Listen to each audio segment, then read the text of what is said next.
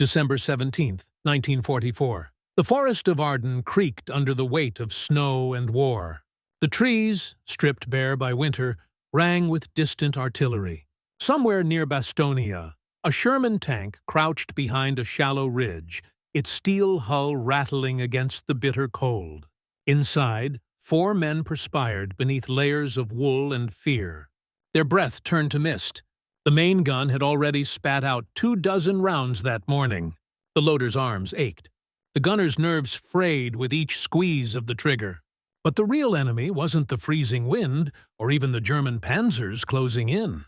It was the silence, because the belts were nearly gone. The machine gun mounted on the cupola was depleted. The coaxial carried only a few rounds, and the standard ammo belts, fabric and metal-linked, had seized twice already in the frost. No resupply, no radio contact, no hope. The tank commander stared at the ice-coated road, where smoke curled from the wreckage of American trucks hit hours earlier. His lips split as he murmured, "This is it." Then the loader, 22-year-old Calvin Briggs from rural Kentucky, reached beneath his seat and drew out a roll of something odd. It wasn't Army-issued. It looked improvised. Strips of cotton cloth stitched together by uneven hands, loops sewn carefully, evenly spaced. Inside each loop were 50 caliber rounds packed tight, like corn in a silo. The gunner glanced over, smirking. "That thing again?" he said. Calvin didn't answer. He simply threaded it into the feed. He had sewn it by lamplight over many nights. They laughed when he first showed it, calling it hillbilly engineering. But today, in a war that chewed through men and machines, it was the only belt left. And when he squeezed the trigger, the Sherman thundered. Not for 10 seconds, not for 10 minutes, but for 4 continuous hours. Who was Calvin Briggs? Before the snow, before the shells, before the war turned boys into men and steel into lifelines, there was Calvin Briggs. He was born in the spring of 1922 in Lyon County, Kentucky. His family ran a modest farm just west of the Cumberland River. Life wasn't easy, but it was honest. By 10, his hands were calloused, not from war, but from tightening bolts on his father's rusted tractor and repairing old plow harnesses they couldn't afford to replace. He could mend a fence with barbed wire and a belt buckle, gut a deer, grease a gearbox, and weld a broken axle before most kids learned their times tables. By 17, he'd built a working engine from junkyard parts, wire, and stubbornness. But Calvin was more than a farmhand with muddy boots. He had a restless mind. He read popular mechanics like scripture. He once walked 6 miles to a county fair just to see a diesel generator run. When war broke out in 1939, he tracked the headlines like a man watches the sky for storms. Quiet, focused, always calculating. After Pearl Harbor in December 1941, Calvin enlisted soon after. Not from anger or blind patriotism, but because he believed in doing things right.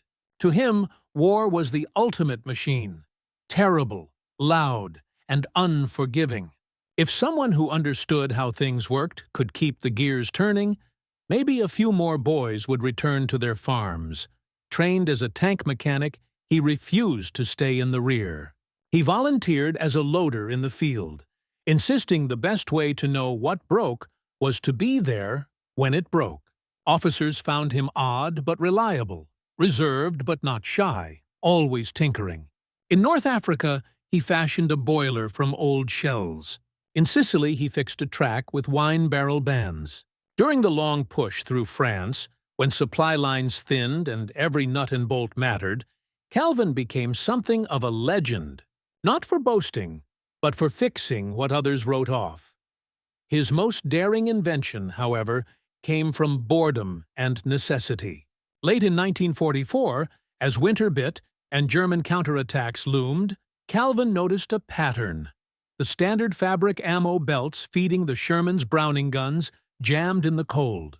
Metal links warped, cloth stiffened, and even a little moisture froze the loops. So he began to sew. At first it looked ridiculous. Cotton strips from spare uniforms, canvas from seat covers, twine and shoelaces. He hand-stitched loops, spacing them with a spent casing, and a ruler he carved from wood. He worked by lantern light, cursing when the needle slipped. Crewmen mocked it as Calvin's country quilt. The gunners sneered. "You think Hitler's gonna quit when he sees your arts and crafts project?" Calvin didn't argue. He refined it, tested it, and one day loaded it into the backup gun during drills. It fed smoother than the standard belts. No jams, no snags, just steady, rhythmic fire. The quartermaster refused to log it. "Not regulation," the lieutenant said. "Save it for the county fair." So Calvin folded the homemade belt, tucked it into a burlap sack, and hid it under his seat, just in case. He never imagined it would be the thing between life and death. But war bends the absurd into the essential. In the frozen woods of the Ardennes, that sack of stitched cotton was about to become the most important invention on the battlefield. Cold, chaos, and a war machine starving for ammo. By December 1944, many believed the war in Europe was nearly won. They'd stormed Normandy in June and liberated Paris in August. The German army was retreating on many fronts. Supplies were strained, but morale ran high. Many soldiers expected to be home by Christmas. They were wrong. On December 16, 1944, in the dark forests of the Ardennes, Hitler launched a last-ditch counteroffensive. Over 200,000 German troops, supported by roughly 1,000 tanks and massive artillery, smashed into the thinly held American lines. It was bold, desperate, and it caught the Allies off guard. Chaos followed. Winter supplies never arrived. Fuel convoys were ambushed. Ammunition dumps burned. Radios went dead. Tanks froze by the dozen. Steel coffins in the snow. For frontline crews like Calvin's, problems multiplied. In the cold, nothing behaved as expected. Engine oil thickened into sludge. Batteries failed without warning. Grease congealed around moving parts. Even simple tasks, like feeding a belt of bullets into a machine gun, became ordeals. The standard-issue ammo belts for the Sherman's guns were fabric-based with metal links spaced for 50-caliber rounds. In desert heat or dry weather, they worked fine. But in the Ardennes, where temperatures plunged below zero and everything soaked in freezing fog, the belts stiffened and ice formed in the loops. The lengths warped slightly in the cold, just enough to cause misfires or total jams. Soldiers tried improvising. Some heated the belts near the engine block before loading. Others rubbed them down with oil or wrapped them in scarves. But the moment you fed them into the gun and started firing, the friction mixed with cold and grit turned them into useless, twisted messes. Gun jams weren't just frustrating, they were fatal. In tank warfare, seconds mattered. If your coaxial or top-mounted machine gun seized during an ambush, the enemy infantry could overrun you. If your loader couldn't keep up with a feeding system, your main gun would fall silent in the middle of a firefight. And that's exactly what was happening across the Ardennes. Entire armored units found themselves under-equipped, undersupplied, and under relentless attack from German panzer divisions who knew the terrain and thrived in cold weather. American supply lines were overextended, tangled across icy back roads where trucks jackknifed and fuel froze in the lines. One tank crew wrote in a letter weeks later, "We weren't fighting Germans. We were fighting the weather, the roads, and the fact that nothing we had worked like it should." This was the backdrop Calvin Briggs faced when he climbed into his Sherman that morning. No replacement belts were coming.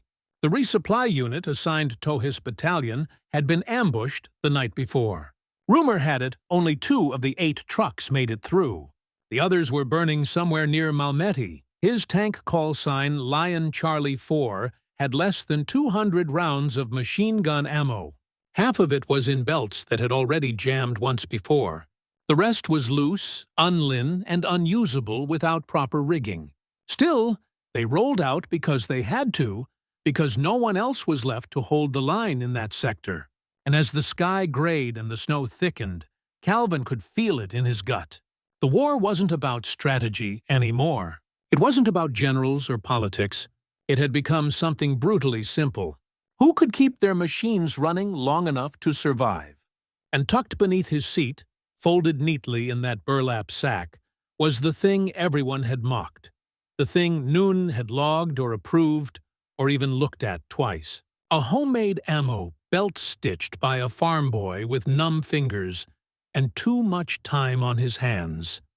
And in a matter of hours, that ridiculous invention would become the reason 4 men walked out of the forest alive. The mockery in isolation. It's not army-issued, kid. In the world of war, there is little room for the unconventional. Uniformity is survival. Regulation is gospel. And anyone who dares color outside the lines, no matter how well-intentioned, is often met with more scorn than support. Calvin Briggs learned that early. He had shown his prototype belt to his tank crew during a lull between patrols near the French border.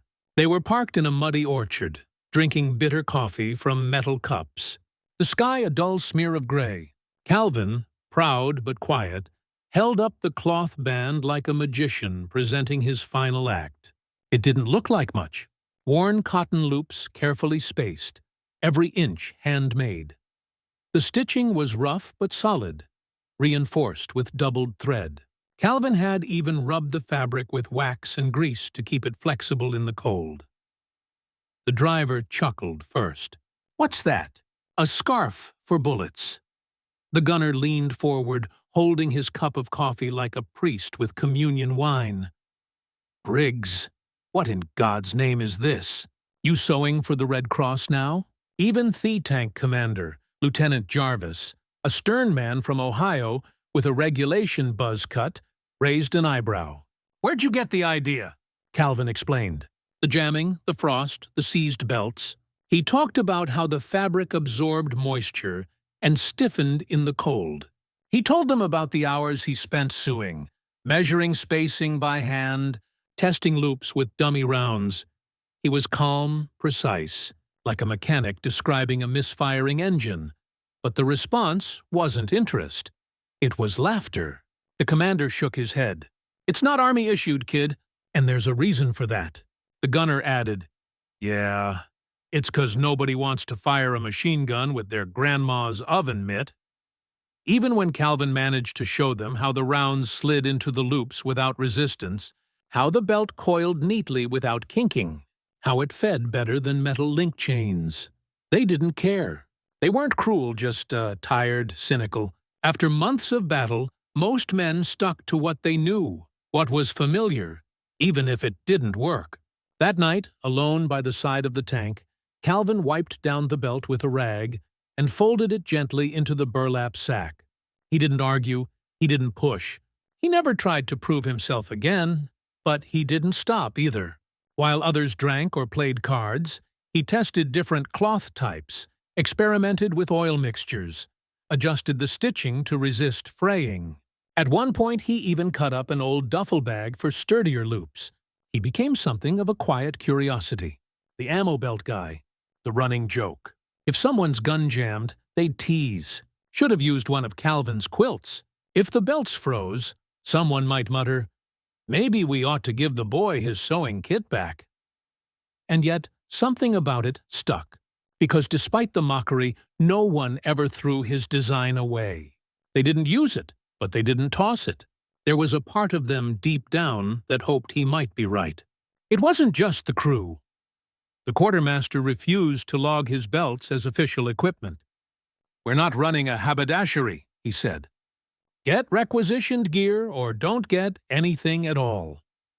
One sergeant joked that if Calvin kept it up, he'd be sewing patches for the enemy. The message was clear. Innovation without permission was insubordination. But Calvin never sought permission. He wasn't trying to rewrite the rules. He just wanted his machine gun to work when it mattered. He knew it wasn't pretty. He knew it wasn't regulation. But he also knew what happened to tanks that jammed mid-battle. He had seen the burned-out hulks littering roadsides, the blackened turrets torn open by anti-tank fire. He had helped pull the bodies out. And so while they laughed, he kept stitching because something in his bones told him the worst wasn't over. And when it came, when the real storm hit, he wasn't going to be the one caught pulling frozen metal from a jammed belt, cursing supply lines that would never come. He would be ready. Even if no one believed him, the battle begins. The frozen hell of Arden. Dawn never truly arrived. On December 17th, the Ardennes sky hung like a lid over the world, heavy with steel-gray clouds that promised more snow. The trees, black and skeletal, leaned over the narrow roads like mourners at a funeral. And beneath them, American tanks waited. Calvin Briggs sat in the loader's seat, his breath steaming in short, controlled bursts. The inside of the Sherman was a mixture of metal, oil, and sweat, cold enough to sting his fingers, hot enough to fog his goggles once they started moving. The tank's radio had gone silent around Varfurter Squadron, E4 in the morning. Their last message, hold the crossroad at all costs. Lion Charlie 4. His tank was one of 6 Shermans scattered across a forest clearing east of Bastonia. They weren't in formation. There was no time. They dug in along a shallow ridgeal line, trying to cover a frozen logging trail that now served as a vital supply corridor. Or at least it had been before German shells cratered the roaded. Then at 7:13, the first shell landed. No warning, just a howling shriek and an eruption of snow, mud, and timber 20 yards to their right. The commander's voice cracked through the intercom. Contact front. Gunner, eyes on. Calvin snapped action, yanking open the ammo locker and pulling a 48 lb shell into his lap. His fingers fumbled foregrip. Everything was slick with frost. Through the periscope slit, he saw them. Shadows in the trees, camouflaged shapes creeping through snow. German infantry supported by Panzer D foe. The gunner shouted, "Range 600, armor bearing 295. Calvin jammed the shell into the breech. "Up!" the cannon barked. A boom so loud it punched through the chest, rattling bones. The Sherman rocked back, and somewhere out in the trees, one of the German tanks vanished in a blossom of black and orange. They didn't stop. Another shell screamed in this time, hitting the Sherman next to them. Lion Charlie 2. It didn't explode. It penetrated. The turret hatch blew open like a kicked door. Flames licked skyward. "No movement from 2, the commander muttered. "We're on our own." For the next 10 minutes, Calvin reloaded shell after shell. His gloves shredded, his wrists cramped, his shoulder muscles burned. They fired high explosive rounds, armor-piercing shells, anything they could reach. Anything they could reach. Then came the sound he dreaded. The gunner slapped the receiver. Machine guns down. The top-mounted .50 caliber had jammed. The fabric belt was frozen stiff, clogged with ice and mud. Calvin yanked it out, tried warming it with his breath, but it coiled like brittle bark. The coaxial machine gun mounted beside the main cannon still had ammo, but only 30 rounds remained, and German infantry were getting closer. Too close. "Briggs, feed it fast," the gunner shouted. Calvin opened the storage bin. Nothing left but loose rounds and 2 belts they'd already tried and discarded during training. Stiff, swollen. The metal links warped just enough to jam inside the feed tray. That's when he looked down. The burlap sack still there, still folded. Calvin stared at it, then at the gunner, who had already begun shouting, "We're going to lose the gun. Come on." He didn't explain, didn't ask. He just ripped open the sack, pulled out the homemade belt, and started loading it into the feed tray. The gunner's eyes widened. "You serious?" But Calvin didn't speak. His hands moved on instinct. The belt slid in smooth. No resistance. The waxed cloth held shape even in the freezing air. The rounds fit snugly in each loop, aligned like teeth in a perfect jaw. The gunner gripped the trigger. The Sherman shook. This time the gun didn't cough or stall. It roared. The coaxial machine gun opened up in a long, uninterrupted burst, cutting through trees, snow, and bodies alike. German soldiers dove for cover. Calvin saw two of them drop mid-sprint, their rifles spinning from their hands. For the first time all morning, no one inside the tank said a word. The gun just kept firing and firing and firing. Minutes passed, dozens of rounds spent. The belt fed through the receiver like silk ribbon. Outside, the Germans hesitated. One of their half-tracks tried circling right, only to be met by the Sherman's cannon. Calvin reloaded, and they destroyed it in a single shot. Then the tank on their left flank caught fire. Direct hit. Still they didn't move. Still the gun kept going. No one could believe it.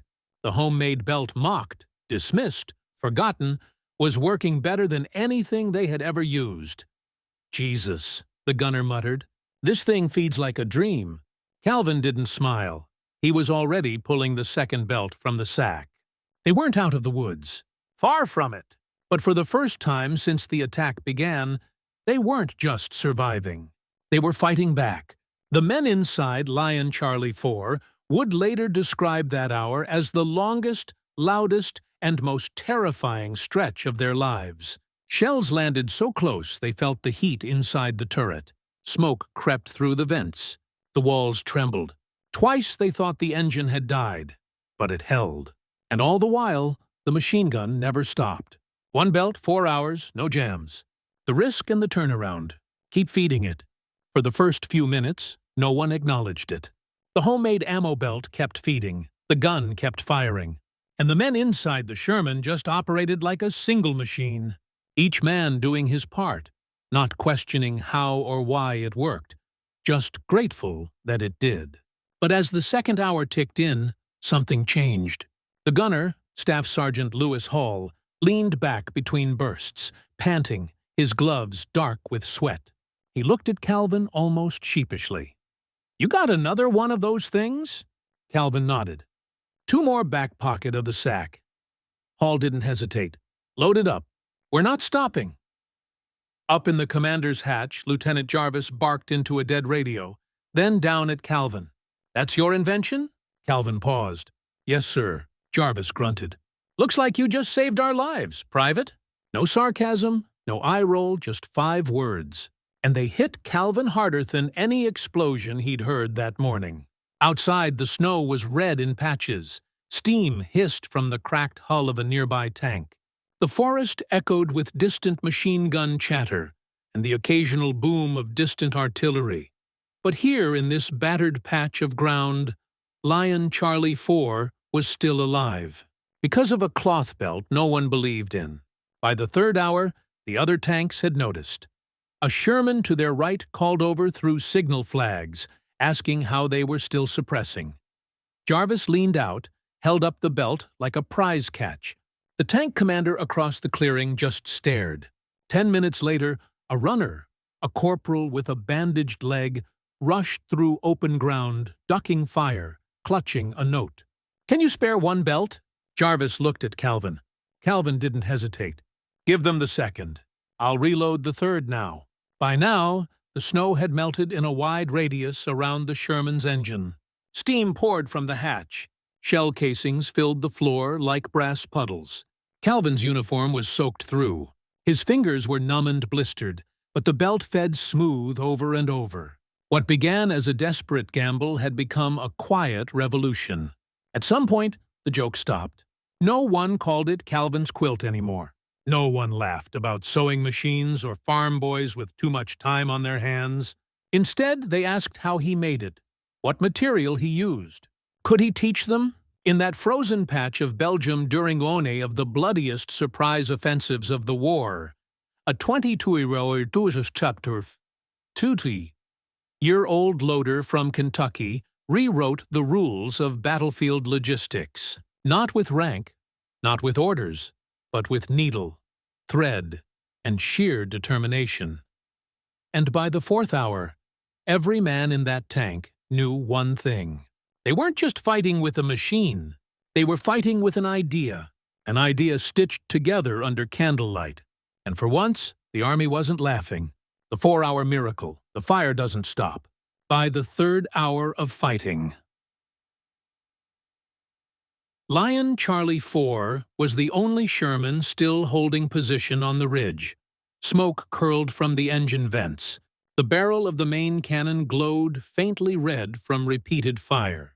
Brass casings jammed the floor beneath Calvin's boots, rattling with every turn of the turret. Outside, the snow was shredded, no longer white, but churned into gray slush by heat, explosions, and blood. But the gun kept firing. The coaxial machine gun had now gone through nearly 500 rounds, fed entirely by the 3 homemade belts Calvin had stitched weeks earlier, in silence, in shadows, under flickering light. Each loop measured by hand, spaced with a hand-carved ruler, sealed with wax, held its shape. Each round chambered clean. Not a single jam, not a single stall, just the steady mechanical rhythm of survival. Rat-tat-tat, rat-tat-tat. The Germans had tried flanking twice. Both times the gun met them head-on, stitching bursts through tree lines, sending riflemen scrambling. One unit attempted to rush with grenades. They were cut down before they crossed the trench line. At one point, a German half-track advanced from the west, its commander standing upright, barking orders. Hall didn't hesitate. The coaxial tracked left. Calvin kept feeding. 20 rounds, then 10 more. The half-track swerved. Its windshield shattered. The gunner slumped. The vehicle veered off and exploded against a stump. The entire ridge echoed with cheers from nearby foxholes. Inside the tank, Calvin didn't smile. He was already threading the last 6F of belt through the receiver. Lieutenant Jarvis leaned down, wiping fog from his goggles. "You sure that thing's not magic?" Calvin shook his head. "No, sir. Just stitched right." Jarvis chuckled. "Remind me to put that in the after-action report." It wasn't just their tank that was changing. Other crews began adapting on the fly. By the 4th hour, 2 nearby tanks, crippled and running low on ammo, sent their loaders across open ground, under cover fire, just to retrieve scraps of Calvin's design. One of them took the second homemade belt Calvin had stored in his pack.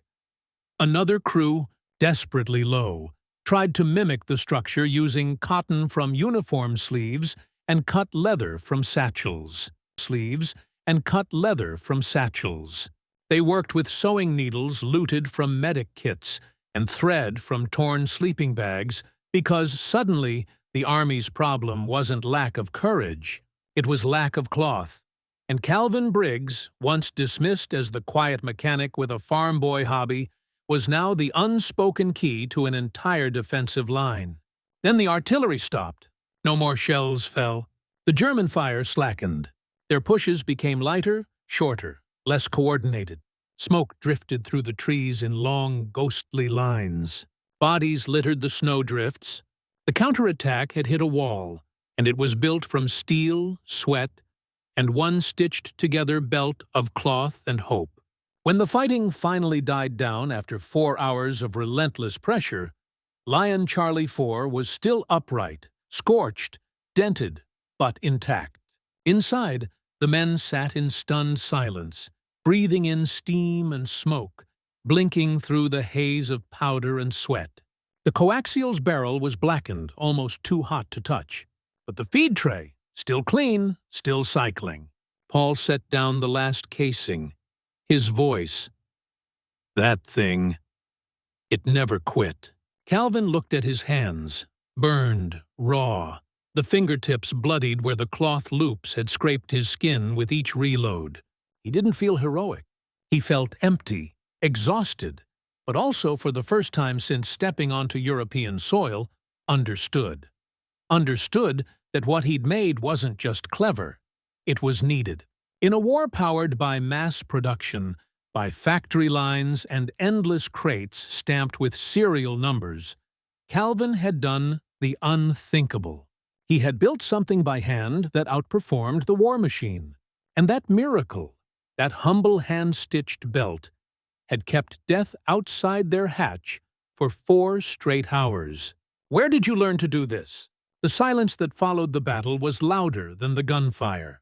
The Ardennes forest, moments earlier, alive with screams, explosions, and the clatter of machine gun fire, now lay still under a bruised sky. Smoke twisted lazily through the treetops.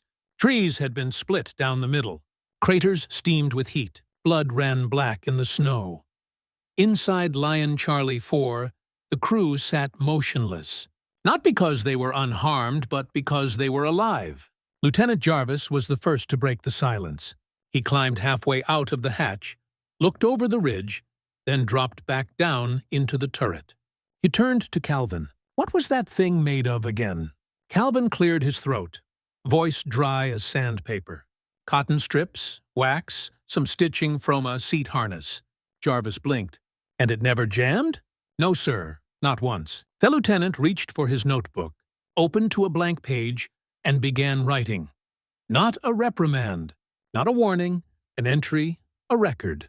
2 hours later, with wounded stabilized and the front temporarily calm, a group of officers visited the tank. Among them were logistics sergeants, 2 lieutenants from other platoon, and a captain from battalion headquarters. They all came to see the belt. The belt, the same one Calvin had been mocked for. Now it was laid out carefully on the rear armor plating of the Sherman, stretched like a sacred relic. It was darkened with powder residue, stiff in places from heat, but every loop still held shape. The captain examined it for a full minute before speaking. Where did you learn to do this? Calvin looked down at his gloves. My dad farmed stuff, fixing gear, sewing feed bags. The captain nodded slowly. Think you could make a few more? I can try fast. By the next morning, Calvin had been pulled from frontline duty temporarily and assigned to a supply tent less than a mile from the ridge. The order came straight from battalion command. His job? Reproduce the belt. They gave him cloth, tools, even assistants. 2 other soldiers who knew their way around a needle and thread. They worked on crates under a canvas tarp, hands shaking from the cold, cutting and stitching while artillery thumped in the distance. By the end of the day, they had 9 belts. By the end of the week, 34. Word spread quickly. Crews across the sector began requesting Briggs belts, as they were now unofficially known. Some copied the design outright. Others experimented with variations, adding extra stitching, different loop sizes, oil-based sealants. None were quite as reliable as the original, but they worked. More importantly, they gave crews confidence because nothing in war is more dangerous than hesitation. And nothing causes hesitation faster than an unreliable weapon. And thanks to a 22-year-old farm kid from Kentucky, there was now one less thing to worry about inside a Sherman.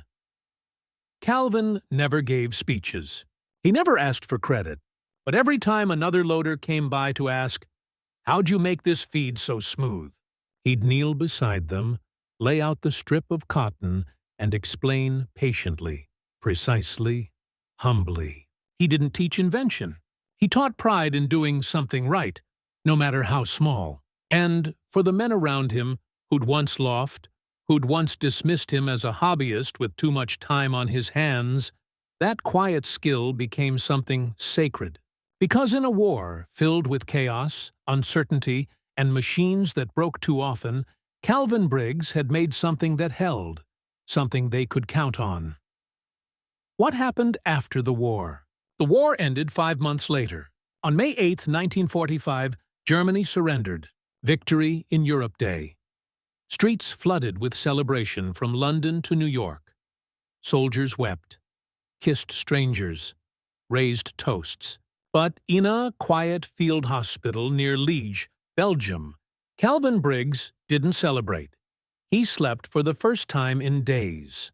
He'd been working round the clock even after the Battle of the Bulge ended. The Briggs belts had made their way across 3 divisions by March. And though they were never formally adopted into Army supply chains, they were copied, modified, and praised in hushed tones by the men who owed them their lives. Calvin was offered a recommendation for a Bronze Star. He declined, said the real heroes were the men who never made it home.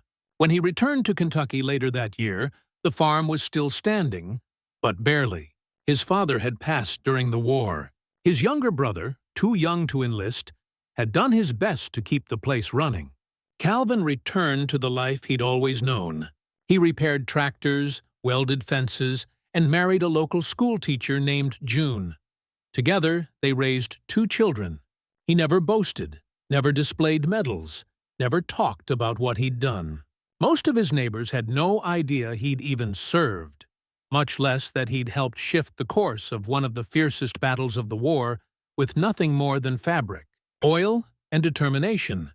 Yet a few letters found their way to him over the years. One came from a former tank commander in the 99th Infantry Division, another from a supply sergeant near Bastogne, and one, simply signed, read, "You don't know me, but your belt worked, and because of it, I got to watch my little girl blow out her first candle."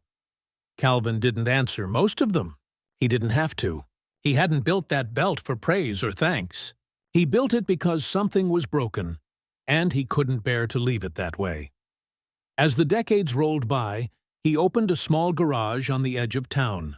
He taught his son to change spark plugs, his daughter to solder wire. He stayed quiet during parades, gave a small wave at Veterans Day ceremonies, and preferred listening to talking. But once a year, on a cold December morning, he'd walk to the barn, climb the old ladder, and bring down a weathered box. Inside lay a single strip of faded cotton, stitched by his own hands, darkened with time. His son once asked, "Did you really fight the Germans with that?" Calvin smiled. "No," he said, "but I helped someone who did, and that was enough."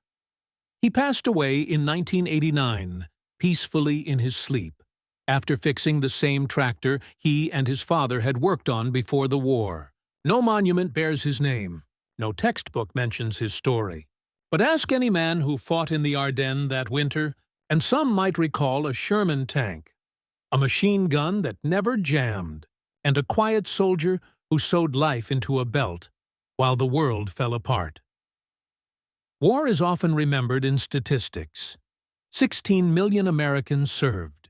Over 400,000 never returned.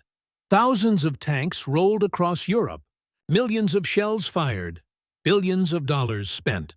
But behind every number is a face, a name, a single moment that changed everything. Calvin Briggs didn't win the war. He didn't lead an assault or capture an enemy general. He never made headlines, but for 4 hours in a frozen forest, when everything failed, when the manuals meant nothing and the gear froze solid, his creation worked because it was crafted not by industry, but by intuition. Because it came not from command, but from curiosity, persistence, and quiet resolve. There's a truth in that. In a world where most people wait for instructions, Calvin Briggs made his own solution. Not for glory, but because good enough wasn't good enough when lives were at stake. In the madness of war, we tend to picture heroism as loud and bold. Yet sometimes, it looks like a young man bent over a lamp, hands cracked, measuring thread beside empty casings, sewing silently while others laughed. And when the smoke cleared, it was those small acts, the ones no one noticed, that changed everything. That's the paradox of World War II. It was the largest, most mechanized conflict in history. Yet it was shaped not only by strategy or machines, but by individuals who refused to let something stay broken. Even with cloth, even with thread, even with trembling hands, we don't honor Calvin Briggs because he asked to be remembered. We honor him because when the guns went silent, when steel failed and death crept through the trees, his invention gave that tank a voice. And for 4 relentless hours, that voice thundered through the forest, steady, defiant, and unbroken. What struck you most? Share your thoughts below. And pass this story to someone who still believes one person can't make a difference.